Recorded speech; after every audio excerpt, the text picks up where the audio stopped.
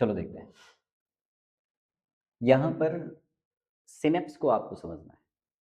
Synapse क्या होता है, सिनेप्स है क्या। देन आपको यहाँ पर कुछ न्यूरॉन्स दिखाई दे रहे हैं, राइट। तो यहाँ ये जो न्यूरॉन है ये पहले वाला न्यूरॉन है। देन इसे हम कह देते हैं प्री सिनेप्टिक न्यूरॉन, ठीक है।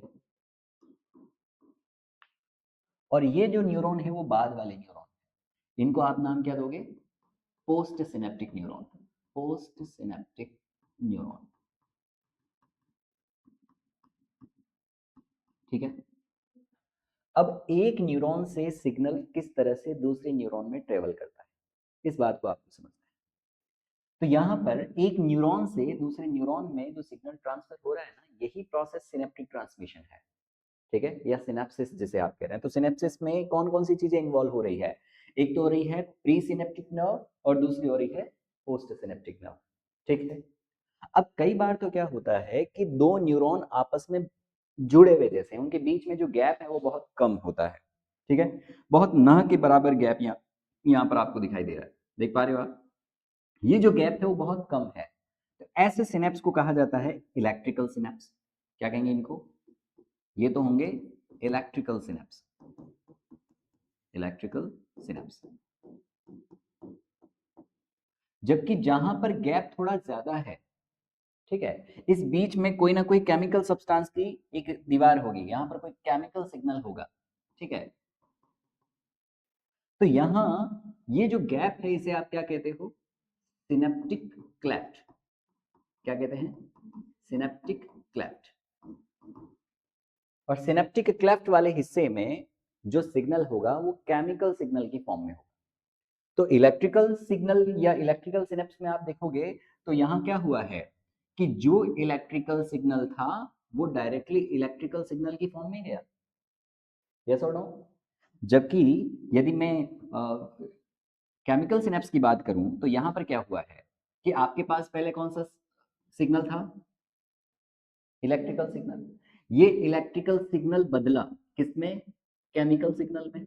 और केमिकल सिग्नल अगेन फिर कन्वर्ट होगा किसमें, इलेक्ट्रिकल सिग्नल में। इस तरह से ट्रांसमिशन होना है, ठीक है। आपकी बॉडी में ज्यादातर जो न्यूरॉन के सिनेप्स होते हैं, ज्यादातर जो सिनेप्स होते हैं वो कैसे होते हैं, केमिकल सिनेप्स। अब आपको इन दोनों में डिफरेंस भी पता चल जाने चाहिए कि इलेक्ट्रिकल सिनेप्स क्या होते हैं और केमिकल सिनेप्स क्या होते हैं, ठीक है। इन सिनेप्स को हमने नाम नहीं लिखा, क्या यहाँ पर क्या होने चाहिए थे, ये कौन से सिनेप्स हैं, केमिकल सिनेप्स, यस और नो, केमिकल सिनेप्स, ठीक है। अब इनको हम एक टेबल की फॉर्म में डिफरेंस समझने का प्रयास करते हैं। देखिए आप कौन कौन से सिनेप्स की बात कर रहे थे आप, इलेक्ट्रिकल और केमिकल सिनेप्स की।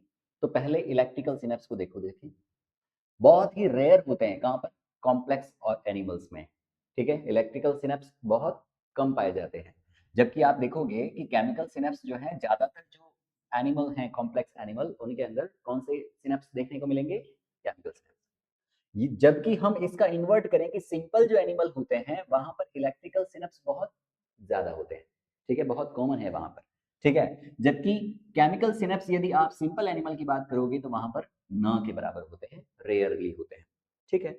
इलेक्ट्रिकल सिनेप्स में टाइम कम लगता है, क्यों कम लगता है, क्योंकि भाई साहब डीपोलराइजेशन जो होना है वो तो फास्ट ही होना है ना, जैसा सिग्नल आ रहा है वैसे ही आगे परोसना है, उसको जो मिला, दोनों के बीच में कनेक्शन बहुत ज्यादा कॉम्पैक्ट है, एक दूसरे से बहुत ज्यादा जुड़े हुए हैं। तो जैसे ही जो नर्व एंडिंग जहां डिपोलराइजेशन हो रहा है, तो जहां दूसरी नर्व की शुरुआत हो रही है उसमें भी डिपोलराइजेशन हो जाएगा, ठीक है।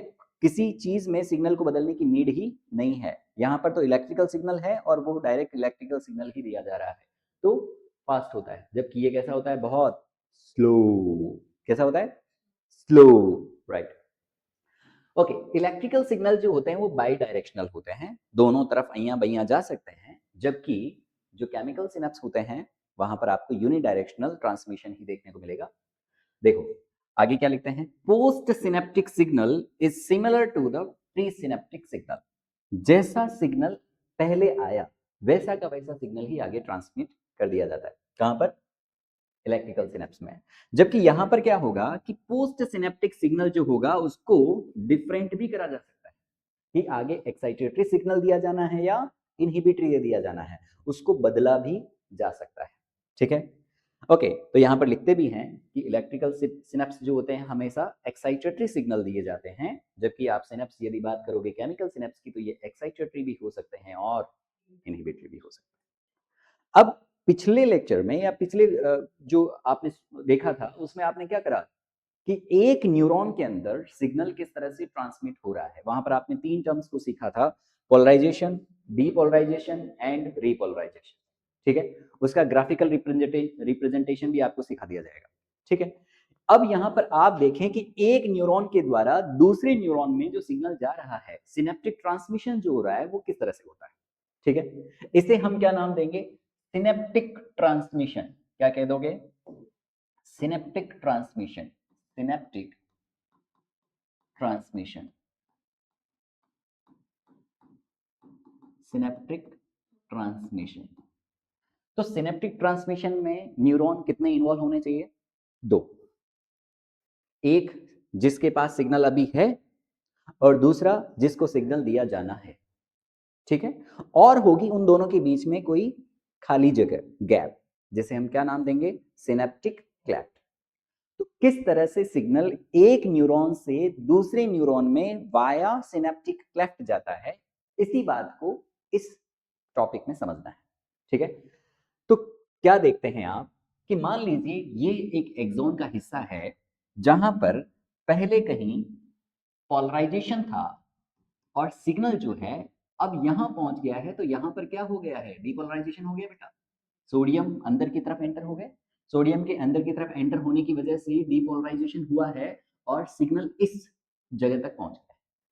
अब हम देख रहे हैं कि मान लीजिए सिग्नल में कह रहा हूं कि सिग्नल पहुंच गया है नर्व के एंड वाले हिस्से तक, जिसे आप कह रहे हैं सिनेप्टिक नोब, तो सिनेप्टिक नोब वाले हिस्से तक सिग्नल पहुंच गया। ठीक है, सिग्नल यदि यहां पहुंचा है इसका मतलब क्या है कि यहां पर भी अंदर की तरफ एंटर हुआ है कौन, sodium. Sodium voltage gated channel open हुए होंगे, सोडियम वीजीसी ओपन हुए होंगे, तभी तो यहां पर डीपोलराइजेशन हुआ होगा। यहां पर एक और तरह के गेट हैं जिनका एक इंपॉर्टेंस है, क्या कि यहां पर कुछ गेट कैल्शियम के भी होते हैं। कैल्शियम के गेट को मैं रेड कलर से रिप्रेजेंट कर देता हूं। मान लीजिए ये कोई गेट है जो कि किसका है, कैल्शियम का, और ये कैल्शियम को इंट्रोड्यूस करवाता है अंदर की तरफ। तब जब यदि कैल्शियम भी अंदर की तरफ आएगा तो अंदर की तरफ पॉजिटिविटी बढ़नी चाहिए कि नहीं, बोलो। अंदर की तरफ पॉजिटिव इन्वायरमेंट अब कैल्शियम की वजह से भी बढ़ रहा है और ये भी डीपोलराइजेशन को ही कोज कर रहा है। ठीक है, लेकिन कैल्शियम की एक और अहम भूमिका है यहाँ पर, एक और इंपॉर्टेंट काम कैल्शियम करता है। क्या करता है, ठीक है, एक तो इसने डीपोलराइजेशन करवाया, अंदर की तरफ पोलरिटी को इसने, अंदर की तरफ जो पॉजिटिविटी थी उसको इसने बढ़ाया, और ऐसा होने से जो -70 मिली वोल्ट जो रेस्टिंग मेम्ब्रेन पोटेंशियल हुआ करता था उसको उसने बदल लिया और ये +10 तक पहुंच गया होगा, और इसी को हम डीपोलराइजेशन कह रहे हैं, राइट। लेकिन इसने एक और काम करवाया, ये क्या करता है, यहां पर मैंने कुछ न्यूरोट्रांसमीटर बनने के प्रोसीजर को भी समझाया है कि कुछ एंजाइम्स हैं, ये एंजाइम क्या करते हैं, न्यूरोट्रांसमीटर सिक्रेट करवाते हैं, और ये न्यूरोट्रांसमीटर जो सिक्रेट हुआ है वो पैक हो जाता है किसी वेसिकल्स के अंदर। ठीक है, ये क्या है, सिनेप्टिक वेसिकल्स है बेटा, है ना, these are the synaptic vesicles. ये सिनेप्टिक वेसिकल है। इस सिनेप्टिक वेसिकल में सिनेप्टिक वेसिकल, सिनेप्टिक वेसिकल्स में क्या भरा हुआ है, न्यूरोट्रांसमीटर। न्यूरोट्रांसमीटर बनाने के लिए रिस्पॉन्सिबल कोई एंजाइम होगा, उसने न्यूरोट्रांसमीटर बनाया और पैक कर दिया गया है किसी वेसिकल्स के अंदर।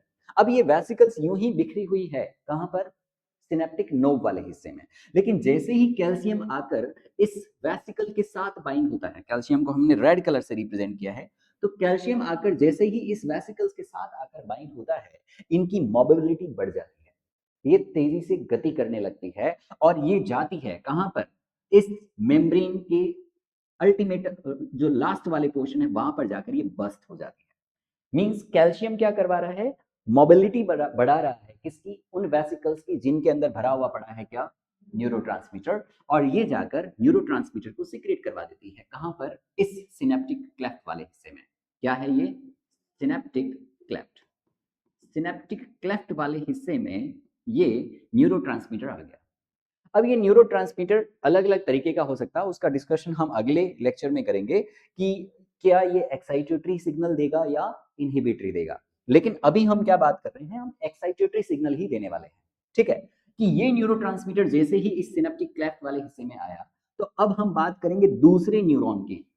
दूसरी तरफ भी न्यूरॉन है, उसकी तो ये स्टार्टिंग वाली पोर्शन है, तो इन्हें हम क्या कहेंगे, पोस्ट सिनेप्टिक मेम्ब्रेन। ये जो दीवार है वो दूसरे न्यूरॉन की मेम्ब्रेन है, ठीक है, तो इसे हम क्या नाम देंगे, post synaptic membrane.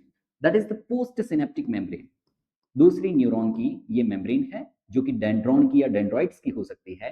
Post synaptic membrane है ये, ठीक है। अब इसके ऊपर भी कुछ गेटेड चैनल लगे रहते हैं, यस और नो।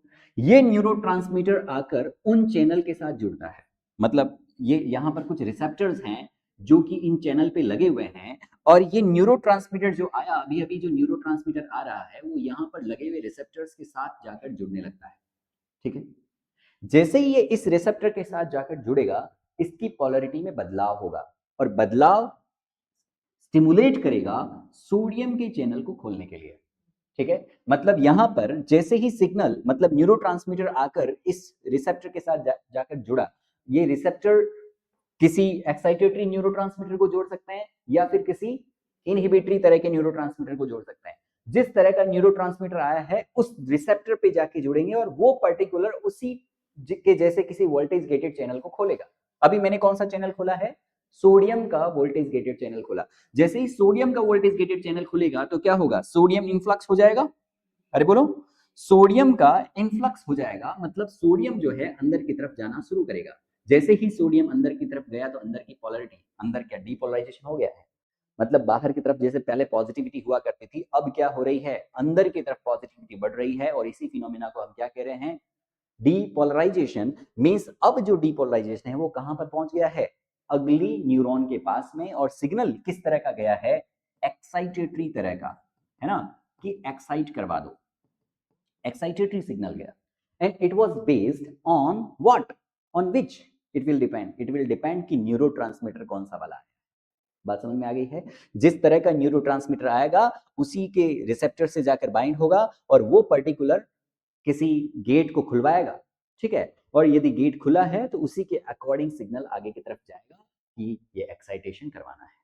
मान लीजिए यहां पर मैं सोडियम चैनल खोलने की बजाय मैं किसी क्लोरीन के चैनल को खोलता, क्या क्या बात समझ रहे हैं, मैं यहां पर यह कहता कि यहां पर कोई एसिटाइल कोलाइन आने की बजाय डोपामाइन, है ना, तो डोपामाइन आकर किसी रिसेप्टर के साथ जाकर जुड़ता। यहां पर रिसेप्टर हम दूसरा बता देते हैं, मान लीजिए ये कोई रिसेप्टर है ना, ये कोई दूसरा तरह का रिसेप्टर है जो यहां पर जुड़ा हुआ है, मान लीजिए ये वाली सिचुएशन है, ठीक है, और न्यूरोट्रांसमीटर इस बार कोई दूसरा आया है तो वो कोई दूसरे रिसेप्टर के साथ जाकर जुड़ेगा, और यदि इस रिसेप्टर के साथ जाकर जुड़ा है देन इस परिस्थिति में वो किसी और तरह के चैनल को खुलवाएगा। मान लीजिए इस बार हम क्लोरीन के चैनल को खोल देते हैं।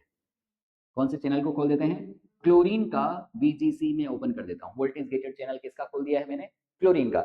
यदि क्लोरीन का वोल्टेज गेटेड चैनल खुलता है तो क्या होगा, क्लोरीन का इन्फ्लक्स होगा, मतलब अब क्लोरीन जो है वो अंदर की तरफ जाएगा, और क्लोरीन अंदर की तरफ जा रहा है तो ऑलरेडी ही अंदर की तरफ नेगेटिविटी थी, मतलब लेस पॉजिटिविटी थी, और अभी और क्लोरीन अंदर गया है तो more negative will be there, ज्यादा नेगेटिविटी बढ़ेगी। इस कंडीशन को हम कहेंगे हाइपर पोलराइजेशन। क्या कहेंगे, hyper polarisation, hyper polarisation, hyper polarity आ जाएगी और सिग्नल अब आगे ट्रांसमिट नहीं होगा। बात समझ में आ रही है, इसे हम कहेंगे कि हमने इनहिबिटरी तरह का सिग्नल दिया।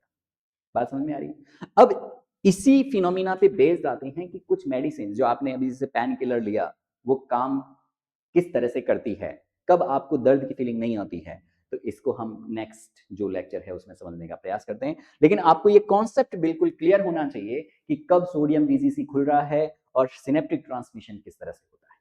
तो चलो मिलते हैं अगले लेक्चर में, तब तक के लिए राधे राधे।